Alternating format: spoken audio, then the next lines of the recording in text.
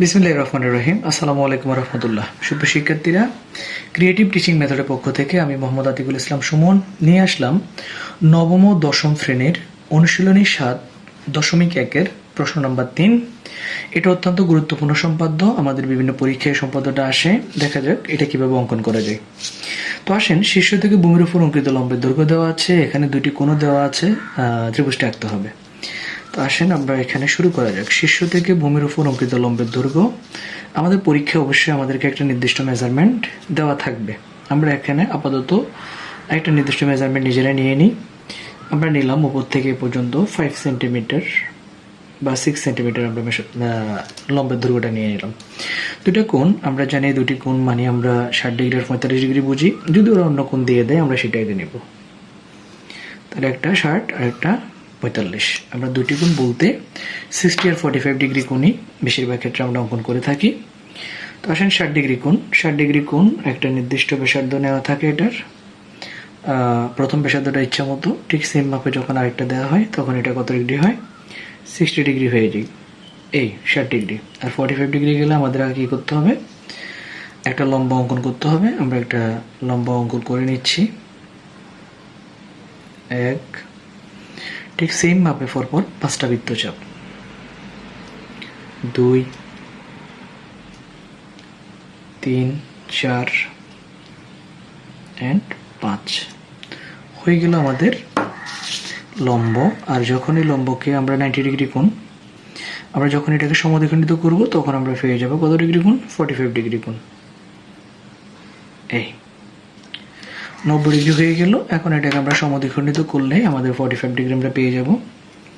অর্ধেকের বেশি নিয়ে এই 1 এবং সেম মাপে যখন আমরা আরেকটা অঙ্কন করব 2, তাহলে এই হলো আমাদের কত ডিগ্রি? 45 ডিগ্রি কোণ। আমরা এবার কানেক্ট করে দেব শুধু।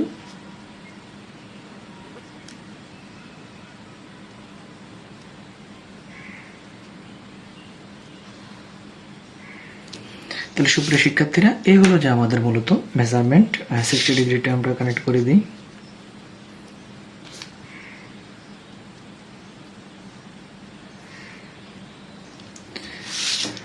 তাহলে আমরা এখানে নিলাম অঙ্কিত লম্বের দৈর্ঘ্য এ, আর একটা কোণ এক্স আর একটা কোণ ওয়াই। এখন দেখেন, আমাদেরকে এই চিত্রটা আমরা একটু স্টুডেন্টের প্রশ্ন থাকে যে স্যার আমরা এতগুলো চিত্র আগে সবগুলো ভূমি নিলাম এইভাবে, কিন্তু এই চিত্রের ক্ষেত্রে আমাদের ভূমিটা কিভাবে নেওয়া হয়? লম্বালম্বিভাবে উপরের দিক থেকে। তো এটা ভূমি না, আসলে এটা হচ্ছে যে অঙ্কিত, শীর্ষ থেকে ভূমির উপর অঙ্কিত লম্বের দৈর্ঘ্য। তাহলে কেউ যদি শীর্ষ মানে কোথায় বোঝায়? মাথাকে। তাহলে আমরা যে মেজারমেন্টটা পাচ্ছি সেটা আমরা কখনোই নিচের দিক থেকে কেটে নিব না। কখনোই কি করব না? নিচের দিক থেকে কেটে নিব না। আমরা সবসময়, যদি শীর্ষ বলেছে, কেউ যদি আমাদের এটাকে এদিক থেকে কাটে তাহলে ভুল হবে। শীর্ষ মানে উপরের থেকে, মাথার দিক থেকে। তাহলে শীর্ষ থেকে ভূমির দিকে অঙ্কিত লম্বের দৈর্ঘ্য দেওয়া আছে, এইভাবে কাটতে হবে। এটার ব্যতিক্রম যদি কেউ করে তাহলে তার চিত্রটা হবে না।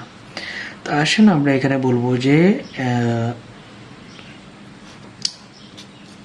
এ ই থেকে আমরা এ এফ কেটে নিলাম। এই থেকে কি কেটে নিলাম? এ এফ কেটে নিলাম। এরপর আমরা কি করব?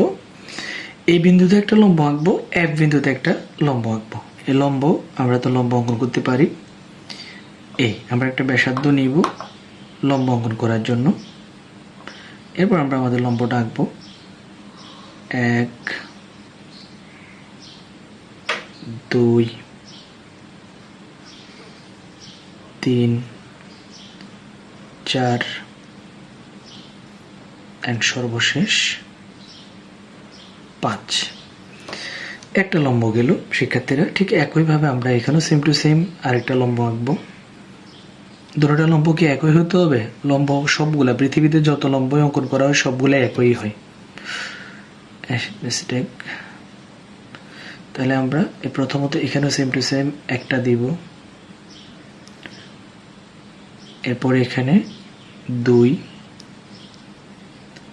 ঠিক 3, উপরে একটা 4 অ্যান্ড আরেকটা দিলে 5। তাহলে হয়ে গেল দুইটা লম্ব। আমরা এবার এগুলো কানেক্ট করব। এখানে বসাবো,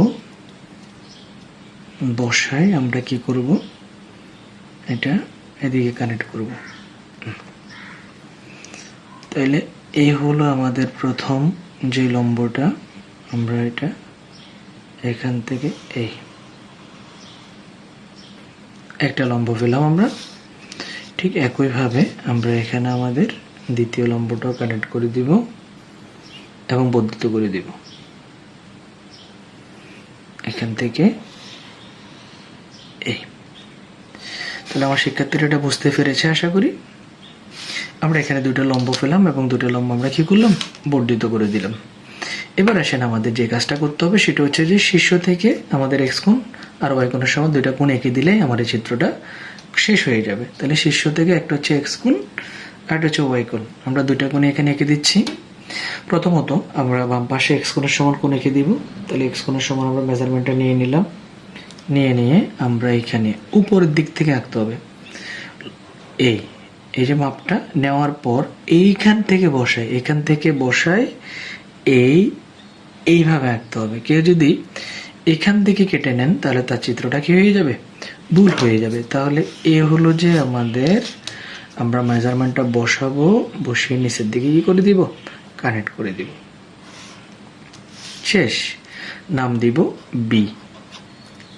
ঠিক অপোজিট পাশে নিঃসন্দেহে বুঝে গেছেন কোন কোন ওয়াই কোণের সমান আমরা কি আঁকবো, কোনটা আঁকবো। এই যে ওয়াই কোণের মেজারমেন্ট নিলাম, ওয়াই কোণের মেজারমেন্ট নিয়ে আমরা এখন ওয়াই কোণ অঙ্কন করব। বসাবো,